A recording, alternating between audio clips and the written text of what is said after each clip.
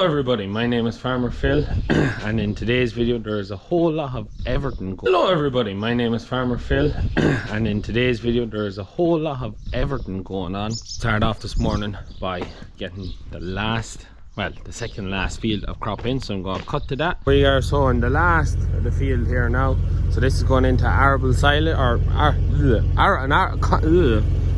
can't say the word, an arable crop. So it's going into barley, oats and peas. So again, lambkins on, ready to rock and roll, folded. Have to harrow out that bit of grass that's up there and gives us our harrow. Father Phil's going to be up then, check it on it, and then we harrow it in. And yeah, there's the last field, last 5 acres of 230-40 acres gone in this year. So Father Phil is just after arriving in the field. So this field was sown, when did we sow it? About 5 days in, I think. And you can see there's a lovely hit of barley coming up in it there now. There is some grass in it where we ploughed down has come up through after being harrowed, so we'll have to get a bit of weed spray out, but there's a lovely green hue across the field. It's coming on nicely, so it is. We'll wait for Father Phil to get shaken and then we start harrowing away. Father Phil is still shaking it there. It's going up pretty nice. Stone fork on just to pick up any stones that don't roll over. There's a bit of grass just on the brow here where I didn't plough that well, so there's spray going to be going on basically as soon as I'm finished, just to make sure that we nip all that grass going through at the minute, make sure it doesn't take a hold. Hopefully the crows don't eat too many peas. We may have to put the banger up here just to keep them out, make sure they don't eat the seed. But apart from that, all's going pretty well. So, just cleaning off stones and picked as I was harrowed, and that's us sown. That is it sown. So barley, peas and oats. So bro's going to be coming in to ring roll this. So that's our peas. So you got to come in and ring roll this, just tighten it all up, leave it nice. Make sure she's all good. I took an hour and a half to harrow 5 acres, so it's not too bad. So we're going to pull in and check out the new ground that we took and how it harrowed up and sowed up. It's looking really well. But yeah, happy days. Move on to the next one. This is the tillage field on the new farm, just at the far gate, and it just harrowed up so well. Got such a good job done. We could have reseeded it, to be honest. It just got such a good finish. Barley is all peeping. You can see the green hue across the field. You can also see clods sticking up, but there's line going out to get rid of that. Neighbour said the field should have been really stony, but there was basically, I think I picked maybe 5 big stones from Everton, from the hedge to the poles. Now once I got past the poles, the very top corner where that brow was, that did get stony. That couldn't be ploughed. There might be half an acre or a third of an acre to be fenced off and included in the bowl, as we call it, lower field, but just couldn't get over it. It just harrowed up so well, and it's just, yeah, it's a lovely bit of ground now. Just can't get over how few stones there was in it. Just, yeah, but great strike of barley on it at the minute. Anyways, we'll buy on to the next step. We are finished with the muck spreader. We have it washed, and I will tell you one thing, 4 hours, more than 4 hours washing, and it's to a standard. It's not perfect, but it's to a standard. It's, yeah, would after washing one, you'd kind of put you off getting another one and demo, knowing you have to wash it again. What did we think? What is the verdict? Very happy with it. Very happy with it. The big thing, and at the start when we got this first, I had to kind of hide my skepticism on this machine quite a bit, because it just, myself and Father Phil had talked about before, and one of the big things we didn't like was that door coming back, that you get a stone blockage, and whereas with the floor chains on the floor you'd be able to sweep it back in, well, one of these you wouldn't, and we were very skeptical of it. But we never had any issue with anything foreign objects blocking it. And to be fair, I've only, in the last 2 years, I think once we've had to get straps to lift out something that shouldn't have been in the muck spreader, our own muck spreader, but we had no issues with this. The amazing thing is how useful that push ram to the back is. We were emptying the load in 4.5 minutes when we got everything set up for how I liked it. 4.5 minutes, and from beginning to end, it's a consistent spread. There's none of this getting to the end and then spending a minute or two driving around the field waiting for the last drags to come out before you go again. Now, there is ways of changing. You can do a lot of things to help alleviate that problem in a chain spreader, but with this, just walk it back, it's out, it's done, and away you go. Like, I was fit to spread the load as quick as Eric was, because Eric had to drive that bit further to get rid of that last bit out. But yeah, lovely even spread, getting a wider 8-meter spread. Savage you to carry stuff. And one of the big things when I was looking ahead, I was like, oh, with the floor and that, you know, you're not going to be able to really stack it in. You know, it's going to have to be a nice level load. It's not going to be a stacked load. We couldn't fill it to the point where the door wasn't high enough to let it out, because the door lifts to the height of the beaters. So you have great range to really pack it into it. And like, all in all, I'm struggling to find anything that I just couldn't see as a problem. It's a time-saving feature, that RAM. There's no lost time trying to wait for that last bit to get out.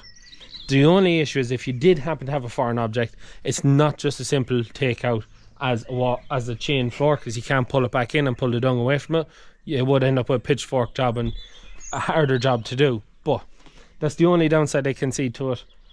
Very, very, very, very happy with it. So much so, we do need a spreader like this, 12 or 15 ton, to make life easier, because we spread a lot of dung for ourselves, and the K2 is grand, but she's small. You have to draw the dung to the field to make it efficient, whereas this machine, you could draw it out of the yard and be efficient, because that damn near holds what we bring in a trailer load, if not holds a trailer load. So it's something I'll definitely be, and I can't see myself looking anywhere else. Now, we may try another muck spreader, we may, but I get very hard after using that machine, getting used to it, and just how that RAM is just... I did have the issue where I hadn't it set right, and that's because Johnston set this, and they set it for a 5-minute 30-second going out. I thought it was a bit light for how fast I wanted to drive, so then I started tricking with it, and I adjusted these the same each one, but that's not how it works. Each one, a quarter turn on the first one, maybe less than a quarter on the next one, less than a quarter and less. It just, that caught me out, and that was my fault. But yeah, it's a little bit complicated system if you want to ever trick with it, but yeah, I'm just very happy. When we do go looking at a spreader, 2 things I think I will get done is a slightly bigger tyre, maybe bigger diameter tyre, maybe slightly wider. Even though we had no issues, we did spread wet ground and we did not leave any tracks, but I think I'd just try and go that a little bit bigger, just to make sure she'd be 110% sound, just that little bit less ground compaction. The other thing, if it's an option, I would like weight cells, so you could get really into how much tons of dung per acre that you're putting out. But that depends on price. But yeah, I get very hard to look. And the next point I will make, why aren't we keeping this if I want like one and we need one? We have our money spent for this year, so it's not a this year thing. And then the second thing, there is a grant, I'm told, available on dung spreaders, so you can get a grant, but we have a slight issue which I will go into further in a video, and it's to do with we can't currently apply for any grant funding, because after my uncle passed, he was part of the partnership we were on, and the partnership is still running as my uncle was still alive and still in it, because the whole job of sorting that whole mess out of, and it's not really a mess, everything was left simple, everything was just left to me, it was straightforward that way, but just the admin to get everything through is ridiculous, and it means that we can't apply for grants till we have a new partnership sorted. We'll have to absolve the old partnership, and to do that we need to make sure all the T's and ducks and rows are crossed, or we will lose out on the single farm payment for a year. So yeah, we'll make a full video on detailing everything we've had to go through and how much of a headache that has been when we finally get to the finish line. To think of it, it's well over a year now, and it's still kicking on. Like, it's ridiculous. But anyways, final thoughts. Absolutely love that machine. I get very hard to buy anything else. anyways, big thanks to Johnson's for dropping it down. We have it washed. It's going to be dropped back tomorrow, and we're going to be on and do something else. But yeah, if you're interested, check out Johnson's there. They have them, and I have to say, very, very happy with it. So I lied a little when I said in the title of the video that the last of the crops has been sown, because we're in the greenhouse now. As you can see, we're fully planted, or fairly well planted. And actually, while I'm here, we have a mouse or a rat problem, we're not very sure, but I planted some seeds on the bottom. Yeah, they ate them. I put one seed that side, one tree that side. They're coming in and eating. We would plant out the bottoms, but we can't because something keeps clearing the seeds that we put in. That's for the trellises, but we're not finished. We're still at pumpkins. We are yet to plant pumpkins outside. We have the greenhouse is full here of seeded ones, and then outside is full of ones that are being hardened off, waiting to get out. I was hoping we'd actually get planting them out today, but we haven't had the weather to get the spray out before we put the pumpkins out to try and control weeds. So that has been a bit of an issue.